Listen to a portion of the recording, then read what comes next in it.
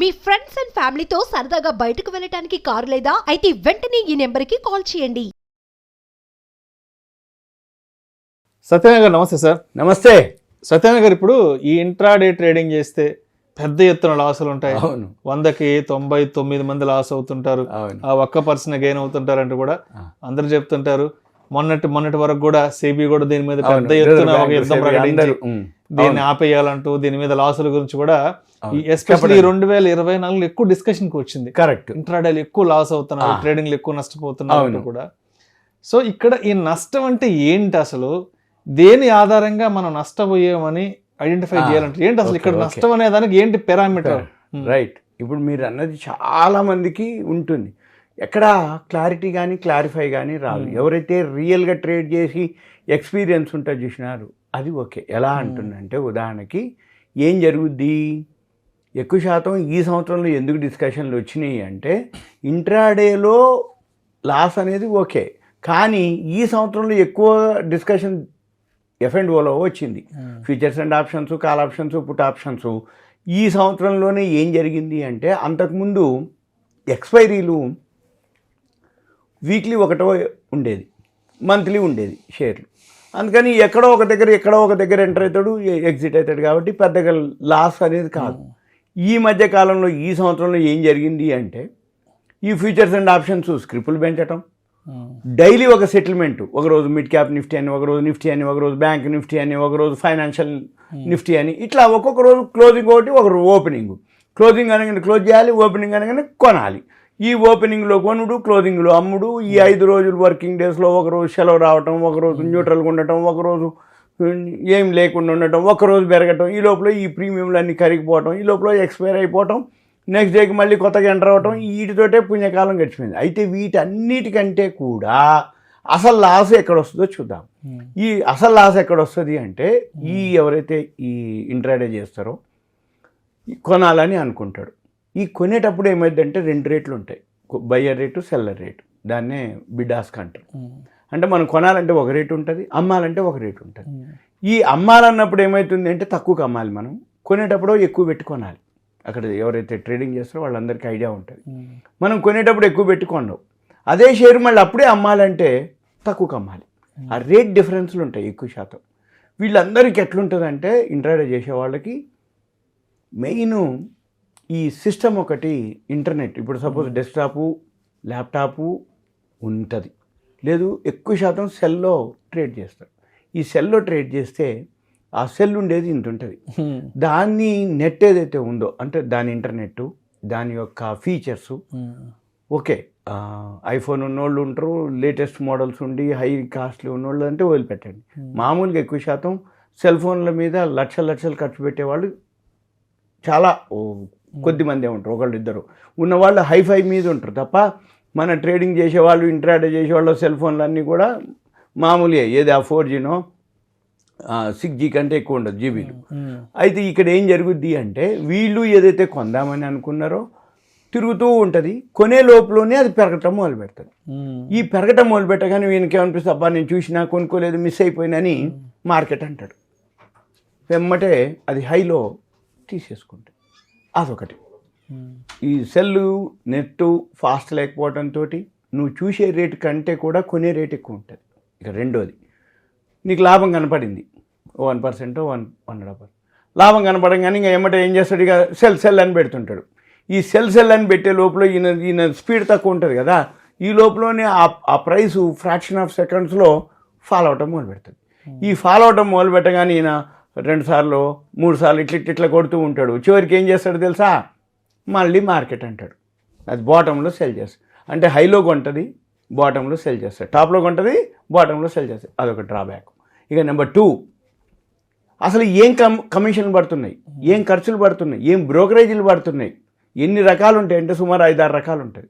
First ఈ rate డిఫరెన్స్లు, ఈ బ్రోకరేజ్లో ఈ ఆన్లైన్ బ్రోకరేజ్లో ఏం జరుగుద్ది అంటే చీప్ అని వాళ్ళు ఆన్లైన్లో డిమ్యాట్ అకౌంట్లు ఓపెన్ చేస్తారు, ట్రేడింగ్ అకౌంట్. ఈ ఆన్లైన్లో ఏదైనా జరిగినప్పుడు ఇక మనిషి ఎదురుగుండడు, వాళ్ళకి చేయాలనగానే టోల్ ఫ్రీ. అది అడుగుతుంది 1 2 3 నొక్కు 2 నొక్కు ఇంగ్లీషా తెలుగా తమిళం మలయాళం అంటారు. చివరికి ఈయనకు వచ్చేటప్పటికి అది 2 నిమిషాలు 3 నిమిషాలు గడిచిపోద్ది, డిస్కనెక్ట్ అయిపోద్ది. ఈయనకు అనిపిస్తుంది కదా అది మొత్తం అంటే ఆ బ్రోకర్ తోటి లాస్ వచ్చిందనో ఇట్లా జరిగిందనో అవన్నీ ఉంటాయి. అసలు ఏం ట్యాక్స్లు పడుతున్నాయి ఈయనకి? బ్రోకరేజ్ పడుతుంది, దాంతోపాటు ఈ స్పెక్యులేషన్ లాస్ ఉంటుంది, తర్వాత టర్న్ ఓవర్ ట్యాక్స్ ఉంటుంది, ఎస్టీటీ సెక్యూరిటీ ట్రాన్సాక్షన్ ట్యాక్స్ ఉంటుంది. ఇవన్నీ కూడా దీంట్లోనే కొన్నప్పుడు పడతాయి, అమ్మినప్పుడు పడతాయి. మళ్ళీ కొన్నప్పుడు కలుపుతారు నీకు ట్యాక్స్లు, కమిషన్లు, ఖర్చులు. అమ్మినప్పుడు మైనస్ చేస్తారు. నువ్వు 100 లాభం వస్తే అంతకంటే ఎక్కువ ఈ కమిషన్లకి బ్రోకరేజీలకి లాస్ అయింది. చివరికి 3.5కి ఏమంటాడు తెలుసా, నేను ఈరోజు 1 కోటి చేసిన 2 కోట్లు చేసిన నాకు 3,000 లాభం వచ్చింది, కానీ ఎండ్ ఆఫ్ ద డే చూస్తే 200 300 చూపిస్తుంది అంటాడు. అంటే ఏం జరుగుతుంది, ఈయన చేసిన టర్న్ ఓవర్ కోట్లు చేసినప్పుడు ఈ రేట్ డిఫరెన్స్లు బ్రోకరేజీల కింద పోగా ఈయనకి మిగిలింది 300. అది 2,000 3,000 వస్తే కూడా ఈయనకి 300 400 మిగులుతాయి. కానీ పోయినప్పుడు ఏమవుతుంది తెలుసా, ఆ 2,000 3,000 అంటే ఈయన పొయ్యి కొట్టుకునేది 1000 అయితే ఈ ట్యాక్సుల మీద మళ్ళీ 1000 1,500 పోతుంది. ఓవరాల్గా ఏం చెప్తారు తెలుసా చివరికి ఇంట్రాడే చేసేవాళ్ళంతా, నేను చేసిన ట్యాక్స్ బ్రోకరేజ్ కనుక నాకు వచ్చిన చాలా పైసలు మిగిలేదురా అనేది ఒక పద్ధతి. రెండోది, నేను గనక చేస్తే ఆ బ్రోకర్ మొత్తం వానికే ఇచ్చేసినరా నేను, అంటే ఈయన కమిషన్ల కింద. అయితే అక్కడ జరిగేది మనకి తెలవక అంటే ఏం జరుగుతుంది, ఏదైతే ఈ క్యాపిటల్ గెయిన్ ట్యాక్స్లు ఉంటాయి, మనం కొన్న తర్వాత ఏదైతే ప్రాఫిట్ వస్తుందో ఇదంతా అకౌంటెడ్ మనీ, లీగల్లీ మనీ. అంటే ఏంది, ప్రతి ట్రాన్సాక్షను ఆన్లైన్లోనే జరుగుద్ది. మీ పాన్ నెంబర్ కొడితే మొత్తం వచ్చేస్తుంది, ఏది బ్యాంకు పోయిందా, ఏం కొన్నావు, ఏం అమ్మినా మొత్తం డీటెయిల్స్ వచ్చేస్తాయి. కాబట్టి ముందు ఆ క్యాపిటల్ గెయిన్స్ ట్యాక్స్ ఎంత పడతాయి, ఈ లాస్ ఎంత వస్తుంది, క్యాపిటల్ గెయిన్స్ క్యాపిటల్ లాసు అంటే మనం కొన్నది పెరిగి లాభం వచ్చింది, ఎంత గెయిన్ అయినావు, లాస్ ఎంత వచ్చింది, ఇది ఇంట్రాడేలో, మళ్ళీ దీని ట్యాక్స్లు వేరే. అయితే జనరల్గా ఏంటంటే వీటితో పాటుగా మనము మళ్ళీ షార్ట్ టర్మ్ ట్యాక్స్లు. షార్ట్ టర్మ్ అంటే చాలామంది ఏంది ఐపీఓ కొన్నాం, ఐపీఓ అప్లై చేసినాం, నేనేమి చేయలే కదా, నేనేం లేదు కదా అనుకుంటారు. అవి కూడా మళ్ళీ ఇన్కమ్ ట్యాక్స్ రిటర్న్స్ ఫైల్ చేసేటప్పుడు నువ్వు ఎంత కొన్నావు, మార్చి 31కి అది ఎంత ధర ఉంది, దాని మీద కూడా మళ్ళీ షార్ట్ టర్మ్ ట్యాక్స్లు ఉంటాయి. ఇవన్నీ ఎవరు పట్టించుకుంటారు అంటే చిన్న ఇన్వెస్టర్లు పెద్దగా పట్టించుకోరు. నేను చేసే అమౌంట్ ఎంత, నేను చేసే ఇన్కమ్ ఎంత, నా చేసేది అంటారు. కానీ కాకపోతే మంచి సీఏకి అప్పచెప్పి ఇవన్నీ కూడా చేయించుకుంటే ఉత్తరోత్తర రేపు ఏది ప్రాబ్లం లేకుండా ఉండే. మళ్ళీ లాంగ్ టర్మ్, షార్ట్ టర్మ్ అంటే ఏంది, ఎవరైతే మనం వితిన్ 12 months అంటే వితిన్ 1 year లోపల, ఫైనాన్షియల్ ఇయర్ లోపల నీకు వచ్చిన ప్రాఫిట్ లాసు ఏదైతే ఉందో దాన్ని షార్ట్ టర్మ్ అంటాం. అంటే ఏంది, ఇంట్రాడే ఒక వర్షన్, షార్ట్ టర్మ్ అంటే వితిన్ 1 year లోపు, లాంగ్ టర్మ్ అంటే మనం ఎప్పటి నుంచో కొన్ని షేర్లు ఉండి ఉంటాయి, అవి కొన్ని ఉంటాం, అవి కూడా లాంగ్ టర్మ్ క్యాపిటల్ గెయిన్స్. ఇవన్నీ మనం ఏం చేయాలంటే దాని కింద ఒక్కొక్కటి మారుతూ ఉంటుంది. ఇప్పుడు ప్రజెంట్ అయితే ఇది మన కాడున్న డేటా అయితే ఓల్డ్ డేటా. అయితే ఇప్పుడు మనం దీని గురించి ఎక్కువ చెప్పం, ఎందుకంటే ఇంకొక నెల అయిపోతే మళ్ళీ ఇప్పుడు February 1కి బడ్జెట్ వస్తుంది. February 1 బడ్జెట్ రాగానే మళ్ళీ ట్యాక్స్ స్లాబ్లు అవన్నీ మాడిఫై చేయటమా, అమౌంట్ని పెంచడమా, ఇంక్రీజ్ చేయటమా అనేది ఆటోమేటిక్గా జరుగుతుంది. ఇప్పుడు ప్రజెంట్ ఉన్నాయి అయితే మాత్రం లాంగ్ టర్మ్ క్యాపిటల్ గెయిన్స్కి అంటే అబోవ్ 1 year అయితే మాత్రం 12.5% ఉంది ఏది క్యాపిటల్ గెయిన్ ట్యాక్స్. అది కూడా మనము 1.25 lakhs అది ఎగ్జిబిషన్ కూడా ఉంటుంది.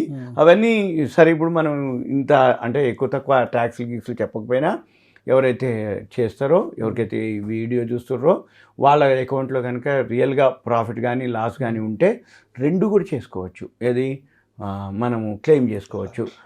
ఎవరైతే సీఏ దగ్గరికి వెళ్ళి ఇవన్నీ చెప్తే ఆయన ఎక్స్ప్లెయిన్ చేస్తే దాన్ని బట్టి మనము ఇంట్రాడేలో ఏమేం చేసిండు, వితిన్ 1 year లోపల ప్రాఫిట్ ఎంత వచ్చింది, లాస్ట్ ఇయర్ ఏమున్నాయి, అవన్నీ సార్టింగ్ చేయాలి. సార్టింగ్ చేసి అప్పుడు దాని యొక్క ఉంటుంది. అయితే మళ్ళీ ఈ ట్యాక్స్ ఎగ్జిబిషన్ కోసానికి మినహాయింపులు ఉంటాయి. ఏది ఇన్సూరెన్స్లు అనుకోండి, లేకపోతే హెల్త్కి సంబంధించిన ఏవైతే స్కీమ్స్ కానీ, పిఎఫ్లో కానీ, లేకపోతే ప్రావిడెంట్ ఫండ్ అట్లాంటి ఇన్వెస్ట్మెంట్స్ ఉంటాయి. వాటిల్లో కానీ ఏమన్నా మనం ఇన్వెస్ట్మెంట్ చేసి ఉంటే యూలిపుల్ లాంటి అటువంటివి ఉన్నాయి అనుకో, అవి ఎగ్జిబిషన్ కింద మనం తీసుకొని చూయించుకోవటానికి ఉంటాయి. జనరల్గా ఏంటిది అంటే ఎవరైతే మెయిన్ ఫస్ట్ మనము ఇంట్రాడే కానీ ఏదైతే చేస్తారో మీకు అక్కడ చూపిస్తుంది. ఏమని, మీరు ఇప్పుడు ఒక షేర్ కొన్నారు, ఏమంటే మీకు ఒక మెయిల్ వస్తుంది, ఒక మెసేజ్ వస్తుంది. దాంట్లో ఏమని, మీరు ఈరోజు 1,00,000 రూపాయలు ఇంట్రాడే చేశారు, ట్యాక్స్ ఇంత ఒక లిస్ట్ వస్తుంది, దాంట్లోనే మనం ఏం చేయాలి, ఒక 100 రూపాయలు లాభం వస్తే ఎంత వీళ్ళు తీసుకున్నారు, మళ్ళీ దీని మీద మళ్ళీ మనము 1 ఇయర్ లోపల ఒక 100 లాభం వచ్చింది కదా, వీళ్ళు ఇప్పుడు తీసేసుకుంటారు. ఎవరు? మన బ్రోకింగ్ ఫర్ములు, ఎస్టీటీలు అవన్నీ తీసేసుకుంటారు. ఈయన ఏమనుకుంటాడంటే ఇంక ఇప్పుడే తీసేసుకుంది కదా, ఇంక నేను ఇన్కమ్ ట్యాక్స్ కట్టకూడదు, కట్టేది లేదనుకుంటాడు. కాదు, ఈ లెక్కే ఆ లెక్కే.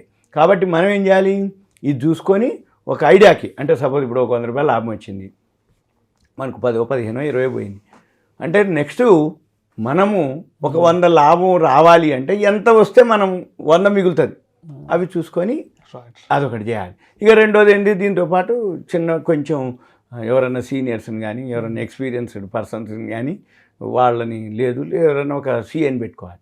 అంటే ఇట్లా డౌట్స్ ఉన్నాయనుకోండి, అప్పుడు వాళ్ళకు క్లారిటీ వస్తుంది. కానీ ఎవరైతే షేర్ మార్కెట్లో ఉన్నారో రిటర్న్స్ ఫైల్ చేయటం మొత్తం, అది ప్రాఫిట్ ఉందా, అదే ఇన్కమ్ ఉన్నా లేకపోయినా రిటర్న్స్ ఫైల్ చేయటం అంటే అప్పుడే వాళ్ళు చాలామందికి మీరు అన్నట్టు సిఏలు కూడా కొద్దిమంది ఉంటారు, మామూలు సీఏలు ఉంటారు. వాళ్ళు ఏమన్నంటే ఏమన్నా అబ్బాయి ఈ షేర్ మార్కెట్ నాకు ఐడియా లేదు, షేర్ మార్కెట్ గురించి ఈ షేర్ మార్కెట్ నాకు ఐడియా లేదు, ఇంకా దాని మీద ట్యాక్స్లు నాకేం ఐడియా ఉంటుంది అంటారు. అయితే సీఏలలో కూడా కొద్దిమంది ప్రొఫెషనల్ సీఏలు ఉంటారు. అంటే సీఏలు అందరూ సీఏ పేరుకే. ఇప్పుడు కొంతమంది ఉంటారు సీఏలు అంటే ప్రొఫెషనల్గా ఓన్లీ ఐటీ రిటర్న్సే ఫైల్ చేస్తారు. కొంతమంది ప్రొఫెషనల్స్ ఉంటారు, ఓన్లీ షేర్ మార్కెట్ వాళ్ళే ఉంటారు, ఇంకా వేరే కాడ ఉండరు. ఇంకో కొద్దిమంది సీఏలు ఉంటారు, ఓన్లీ రిజిస్ట్రేషన్లే చేస్తూ ఉంటారు. నీకు ఏ రిజిస్ట్రేషన్ అయినా లేదు, టకటక చేసి ఇస్తారు, పేపర్లు ఇవి తీసుకో రిజిస్ట్రేషన్. అంటే ఇప్పుడు ఆర్ఓసీకి పోయే పనులు ఉంటాయి అనుకోండి, ఇప్పుడు ఫర్మ్ రిజిస్ట్రేషన్ అని, పార్ట్నర్షిప్ అగ్రిమెంట్లు అని, అట్లాంటివి కొన్ని ఉంటాయి. అంటే నీకు ప్రొఫెషనల్గా అనమాట. అంతవరకు వాళ్ళు మనం ఏం చేయాలంటే ఎవరైతే షేర్ మార్కెట్ సంబంధించిన సీఏ ఉండో వాళ్ళకి చెప్తే వాళ్ళకి ఈజీ అయింది, సింపుల్ అయింది. ఇది ఒక అవేర్నెస్ ఇన్ఫర్మేషన్ మాత్రమే. Right. Thank you sir. Thank you so much. Thank you.